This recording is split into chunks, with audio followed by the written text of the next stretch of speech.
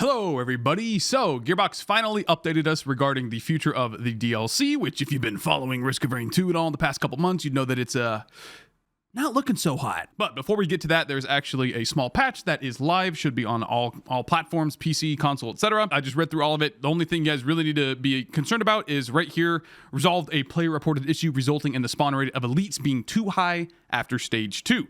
So if you did not know that, yes, Stage 3 and beyond of every single run, you were getting basically double the elite spawns that you normally would.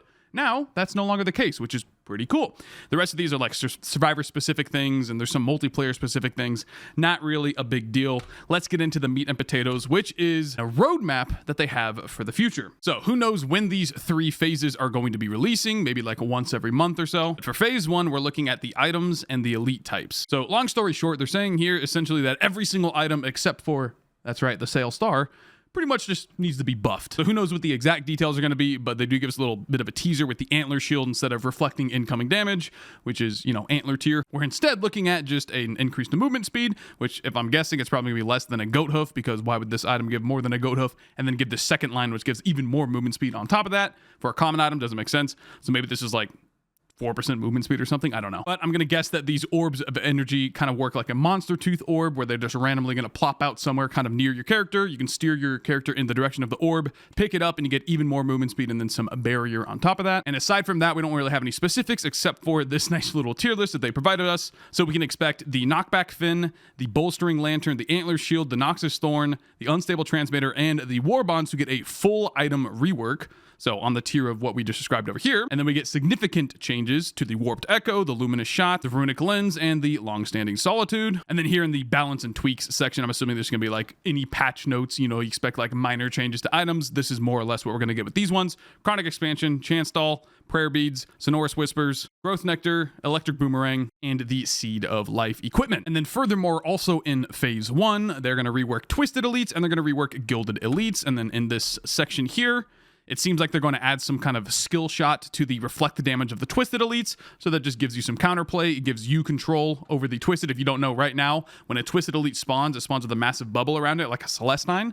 But anything that you hit inside of the aura, not the Twisted Elite itself, but anything else, will then reflect damage to you. So it makes it so that if you have a ukulele, or you're using an AoE ability like Huntress's Glaive that hits multiple targets, you don't have any control over it, you're just going to take reflect damage. This change here is probably going to work very similarly, except that now instead of just outright taking the reflect damage, you have to, dodge the incoming skill shot. And then here with the Gilded Elites, it looks like they're changing them twofold. First of all, their health multiplier is too high. If you didn't know, I think it's 50% higher than it should be, because they spawn at the same rate as the Blazing Elites, Overloading, Glacial, etc. Those are like the first stage of elites that you encounter.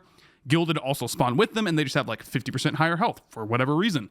So they're probably removing that. And then also kind of like the Twisted Elites are going to change the gold stealing mechanic. But the similar theme is, again, they want some more counterplay for the player. Then Phase 2, which again, you can expect like maybe a month, couple months after Phase 1, we are looking at some significant changes to the final boss, False Sun. And if you read through all of this, it basically is hitting on every single facet of the encounter. So who knows, we can just speculate on what's going to happen. Third and finally, Survivor changes. And as you may expect, Chef is going to receive the bulk of the changes. So right now, they're basically saying that Dice and Seer, his primary and his secondary respectively, are in need of the most work. And you can see here in the little GIF that Seer is able to be used a little more agile, as they put it. But until we, get our hands on it, who knows how potent a change like this is going to be. For the False Sun, they're going to focus on his Lunar Spikes and the Laser of the Father, his special. And for the Seeker, they basically only indicated that they want to touch up on her Tranquility stacks. So obviously those changes are not all encompassing. Who knows what's going to happen when these patches finally do go live. Look, guys, at the end of all of this, what do we have? We basically have a roadmap for a DLC that has already been released. Just put that in some perspective for a second. It has been over, let's see here, 3 months since the DLC was released, and we basically just got some bug fixes, which, let's be real, we needed those bug fixes. But for me personally, guys, I am about here on the excitement scale. If we're going from like here all the way to up here, I'm about there for the upcoming changes and the roadmap for the DLC. Quite frankly, given what I described, the state of the DLC upon release, and then across these over 3 months since then, I think it's pretty obvious what we can expect going forward here. So will I be playing these future updates, Phase 1, Phase 2, Phase 3? Sure, I'll probably boot it up for at least a day. But am I going to be making Risk of Rain content? Am I going to be super pumped and excited about the game? No.